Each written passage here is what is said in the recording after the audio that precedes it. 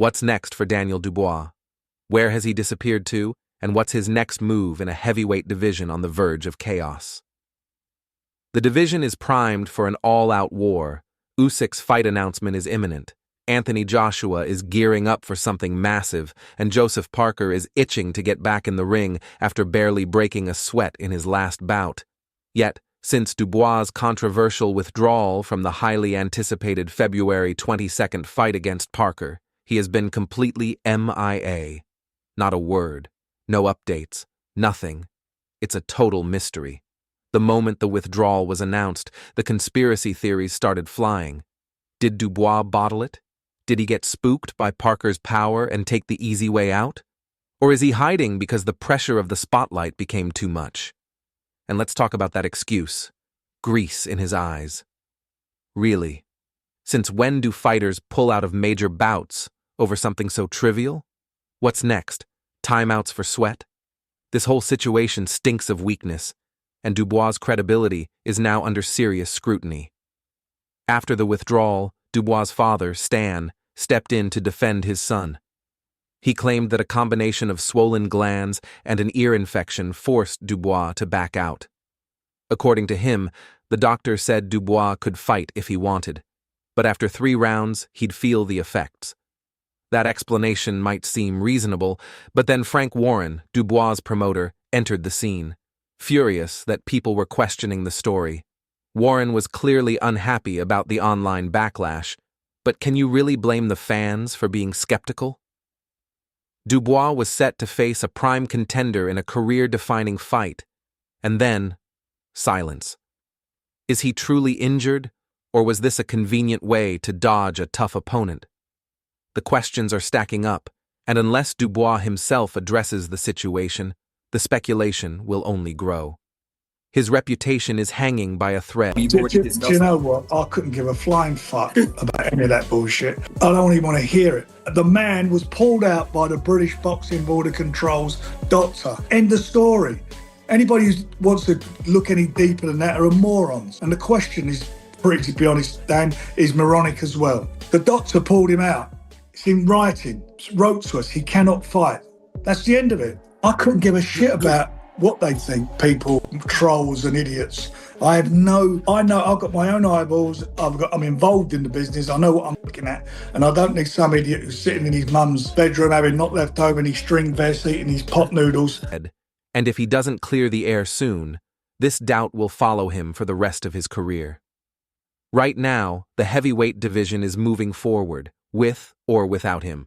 Usyk, Joshua, Parker, and others are making moves, while Dubois is nowhere to be seen.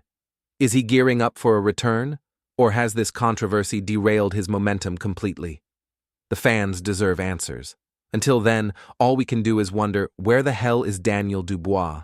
Drop your thoughts in the comments below. Do you believe Dubois was genuinely injured, or did he take the easy way out? Ah, good old Frank. Always a character. We love him, but they really caught him on a bad day here. When he's in a mood like this, logical discussions go straight out the window. Who knows if it had anything to do with the fact that, on the same day, Turkey and Dana were talking about fixing boxing competitions. But let's stay focused. We do have to call out Frank on a couple of points. He claimed that Daniel was pulled out by the British Boxing Board of Control doctor, who supposedly said he couldn't fight. But that's not what Daddy Dubois said.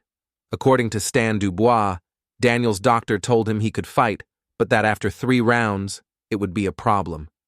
That's a huge difference, wouldn't you say? While we can joke about Frank and the string vest investors, the stories don't quite match up, and that's where the problems start. Maybe Stan got it wrong, maybe Frank got it wrong. Who knows? But personally, I don't believe Dubois intentionally chose to bottle it. Why would anyone pull out of a high-profile fight with so much money on the line just 2 days before it was supposed to happen? It doesn't make sense. If he was going to withdraw, wouldn't he have done it earlier in fight week, not at the very last minute? I can only assume he was genuinely in bad shape and thought, nah, it's too risky, bro. Here's the thing, Joseph Parker deserves transparency. He was left in the lurch, and he's not happy about it. As much as Frank is Dubois' promoter, Parker is still very much in the dark. It does feel a bit weird. It feels weird because he was at the public workout, and then, you know, just like that, he got real ill, and there was no real statement. There's no real proof or doctors. There's nothing that, like you said, there's nothing that's come out, and even after the fight, nothing's come out. So it feels a bit weird, and it feels a bit strange that during that time that Usyk started calling out Dubois saying he wants him next. So I'm not saying it's he wasn't ill or he was ill. I'm just saying I'm not sure what's happening. A fighter like Parker deserves better. He was ready for this fight, and now he's left hanging with no answers. His frustration is understandable. This fight had the potential to be a game changer, but now it's clouded by uncertainty and confusion. And it's not just Parker. This situation affects the entire heavyweight division. The delays, the confusion, and the lack of clarity surrounding Dubois' withdrawal raise questions about his commitment to the sport and his future in it. Fans and fighters alike want answers, and the longer Dubois stays silent, the more the doubt will grow. Is he truly injured, or is there more to this story? His silence only fuels speculation. Boxing fans expect clarity from their fighters. If Dubois is serious about his career, he has to step up and give the public what they deserve: transparency. And honesty. Only then will Dubois regain the respect and trust of fans and potentially make his comeback a successful one. Until then, the shadows of uncertainty will continue to loom over him, and his place in the heavyweight division will remain in question. Frank could have ended this whole mess by simply providing Joseph Parker with proof from the British Boxing Board of Control showing that Dubois couldn't fight due to medical reasons. But he hasn't done that, leaving us with even more questions. What makes this situation even more baffling is the fact that Joseph Parker, after his incredible run, beating the likes of Deontay Wilder and Joshua, arguably the most impressive streak in heavyweight boxing outside of Usyk, is now completely sidelined. There are no talks of a rescheduled fight, no discussions of him facing Usyk, nothing. Talking to Queensbury about the potential of Dubois AJ this summer, the rematch, because they're planning Dubois' next move as well. Some brief conversations with His Excellency about AJ against Wilder. The Parker fight could have potential, but I think at this stage, like, if you said to me, like, why would you roll the dice against Parker for the interim world title when you can roll the dice against Dubois for the full world title? I don't think there's any difference in those fights, really. Meanwhile, all the attention is on Dubois versus Usyk too. And the question remains, why? It's genuinely perplexing. I've thought about it so much that I nearly spilled my pot noodle all over Mr. Ringfinger's vest in frustration. It's one of the most unfair situations I can remember in boxing. How is it that a world champion can pull out of a fight, leave his opponent without an explanation, have that opponent step in against a top-tier contender, demolish him, and still not get the rewards he deserves, while Dubois seemingly walks into an even bigger fight? Imagine if Parker had pulled out of the fight with Dubois at the last minute and then went on to schedule a fight with Usyk. Frank would have had steam coming out of his ears. The moral thing to do here was clear: Dubois versus Parker should have been rescheduled. But because it was a voluntary bout, there was no obligation to do so. This means we're now likely getting Usyk versus Dubois too this summer. While I'm all for a rematch, let's be honest, we all know how it's probably going to play out. Still, it's a decent fight, so I'll take it. Meanwhile, what about Anthony Joshua? After everything that's gone down, will he now push for a fight with Dubois and another shot at the world title? Before he wasn't even interested, but now Eddie Hearn is talking about the possibility again. That means things are about to get even more complicated. So, what are we saying about Dubois versus AJ? Well, I'm sure we'd all be keen to see it again, and you'd expect the rematch to be a bit more competitive. Who knows? Maybe AJ just had some grease in his eyes last time, right? But jokes aside, let's be real here. If you're Daniel Dubois, why would you bother? The risk simply outweighs the reward, aside from the obvious massive payday. But let's not forget, the Usyk fight is likely just as lucrative, with the added sweetener of the undisputed title hanging in the balance. So let's be honest, it's just not going to happen, brother. However, putting Dubois to one side for a moment, what about Frank Warren's favorite bench warmer, Joseph Parker, for AJ? Nice and steady, Morecambe Bay. Does life get any better than that? Jogging with your son. I can't believe he's old enough and mature enough to come out with his big papa daddy and do the running on the promenade. The road is very welcoming and there's no feeling like it. So if you're in, who and I are in, if you're going to get out and do a run and do a bit of exercise this morning, the answer is yes, you can. Yes, you can. Now, that's a much more promising prospect. And why not? First of all, Parker is a great fighter, no question, but on paper he's not quite as dangerous as Dubois. That works perfectly for AJ, who might prefer a more straightforward challenge. Secondly, and most importantly, AJ has already beaten him once. He knows he can do it again. So why take on a risky fight against someone like, I don't know, Hrgovic and his absolutely disgusting body shots, or the unpredictable Zhang when you could have another crack at someone you've already bested?